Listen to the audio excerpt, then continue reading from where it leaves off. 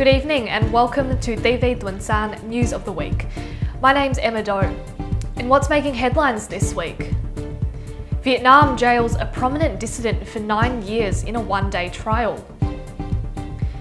Vietnamese protesters continue to blockade a textile factory that supplies the Japanese clothing brand UNIQLO. And a planned monument to those who have died from drug overdoses divides public opinion. In this week's top story, Vietnam has reportedly stopped drilling for oil in a disputed part of the South China Sea after China allegedly threatened to attack its bases. Earlier in the week, China's foreign ministry urged Vietnam to halt the oil drilling where Spanish oil company Repsol had been operating in cooperation with Vietnam. Foreign Ministry spokesperson Lu Kang said China had sovereignty over the Spratly Islands and relevant waters and seabed. Drilling began in mid-June, about 400 kilometres off Vietnam's southeast coast.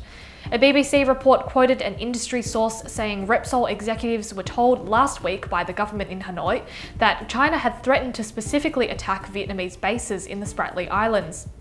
China claims most of the energy-rich South China Sea, which sees about $5 trillion in shipping trade move through every year.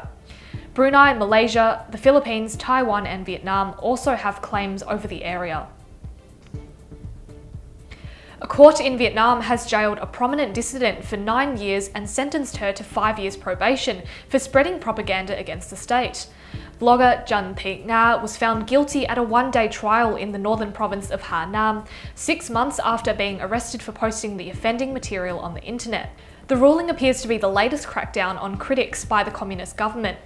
Despite sweeping reforms to its economy and growing openness to social change, including towards gay, lesbian and transgender rights, Vietnam's Communist Party retains tight media censorship. In a separate case, police on Monday arrested another prominent dissident they've accused of conducting activities aimed at overthrowing the Vietnamese government. 51-year-old Lê Đình Lượng was arrested in the central province of Nghệ An after police accused him of complicating local security and aiming to overthrow the government. Lượng used his online platforms to criticise the government's response to last year's catastrophic chemical spill at the Formosa Hartland steel factory. The incident saw over 200 kilometres of Vietnam's coast polluted with toxic waste, decimating fisheries and devastating residents. Lưỡng's arrest comes just under a month after fellow activist blogger Nguyễn Ngọc Như Quỳnh, also known as Mother Mushroom, was sentenced to 10 years imprisonment for speaking against the state following the Formosa plastics disaster. Vietnam's central provinces from Nghệ An to Thừa Thiên Huế have banned all sea-based activities to ensure safety as storm Songkha approaches the region. So far this year, Songkha is the 4th tropical storm in the South China Sea to land in some of Vietnam's central provinces. The country's Committee for Natural Disaster Prevention and Control said the storm had blown the roofs off 57 houses in the Quảng Trị and Thừa Thiên Huế provinces. It's also inundated nearly 2,900 hectares of rice and damaged roughly 1,300 hectares of other crops in the area. Meanwhile, local authorities in the provinces of Hà Tĩnh, Quảng Bình and Da Nang have forced thousands of ships and boats to return and seek shelter from the storm. Indonesia's Navy has denied wounding 4 Vietnamese fishermen during an incident over the weekend.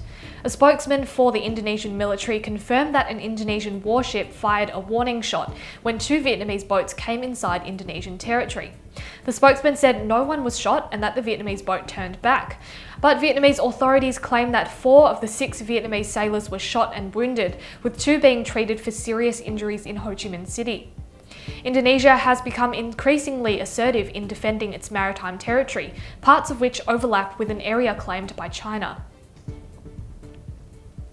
A new report shows that the number of Vietnamese nationals buying property in the US has doubled in the last 12 months.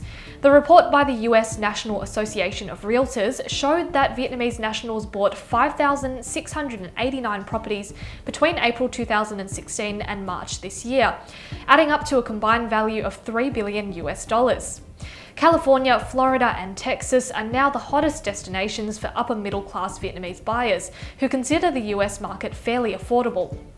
The Vietnamese upper class is rapidly expanding and many see foreign properties as a more safe and secure investment. Vietnamese protesters have been blockading a textile factory which supplies fabrics to multiple companies, including the Japanese clothing giant UNIQLO. The protesters from Hai Yung City have been blockading the Pacific Crystal textiles mill since April, calling for its closure due to pollution concerns. The Hong Kong-based Pacific Textiles company opened up the factory 2 years ago, with an investment worth at least $180 million. The company was fined in December last year for breaching various chemical limits after villagers complained of smelly water discharged from the factory. But concerned villagers continue to block the factory, claiming the pollution is continuing. A spokesperson for Fast Retailing, the parent company of UNIQLO, told Reuters News that the protest could be linked to a land dispute with farmers in the city. But villagers say they are only protesting against pollution. Toxic wastewater discharged from the Formosa plant last year sparked an unprecedented number of protests across the country. The South Korean conglomerate Lotte Group has signed a contract with the Vietnamese government to invest $1.1 billion into a Ho Chi Minh property project. The Lotte Group will build a so-called eco-smart city, a complex of commercial and residential spaces. Construction is expected to start later this year and to be completed in 6 years' time. Political dissidents are finding new ways to gather and talk, circumventing the watchful eyes of the Vietnamese government. Political blogs and Facebook are closely monitored in Vietnam, so activists looking to meet in person are getting creative. In Hanoi, the No U Football Club holds what looks like ordinary football matches in order for dissidents to talk. The squad is made up of about 40 members, led by activist Nguyen Ji Thuyen, who previously protested against China's claim over the South China Sea. Some of the members are also pro-democracy and human rights activists.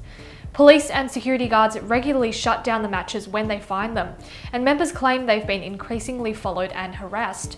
But in its 6 years, the group has yet to be shut down. Members continue to gather, viewing every match as a protest against authorities. Back to news in Australia. Australia and Vietnam have agreed on measures to reinforce their comprehensive partnership in areas that include politics, economics, education and tourism. The agreement was reached in Canberra on Wednesday in talks held by Deputy Prime Minister Barnaby Joyce and other Australian officials with Vietnamese Deputy Prime Minister Vương Đình Huệ. These two sides also agreed to deepen their bilateral relationship and work closely to prepare for the visits of senior leaders from both countries in late 2017 and early 2018 to mark the 45th anniversary of diplomatic relations. A monument to the lives of those who've died from drug overdoses has been approved by the Yarra City Council. The council plans to install the memorial around Victoria Street in North Richmond as part of an upgrade to Lennox and Victoria Street, a hotspot for drug deals in Melbourne. The Yarra City Council is now calling for public feedback on the plan. Councillor Amanda Stone said the memorial was part of a wider package to improve the notorious street corner. She told ABC News that the council still supported a trial for safe injection rooms. Victorian Premier Daniel Andrews still remains opposed to the idea of the injecting rooms, despite approval from a former Supreme Court judge and several senior law enforcement officials. That's all from TV Tuần-san News of the Week. For more stories, you can follow TV Tuần-san at tvtsonline.com.au and at Facebook at TV Tuần-san. I'm Emma Doe, thank you so much for watching and I look forward to your company at the same time next week.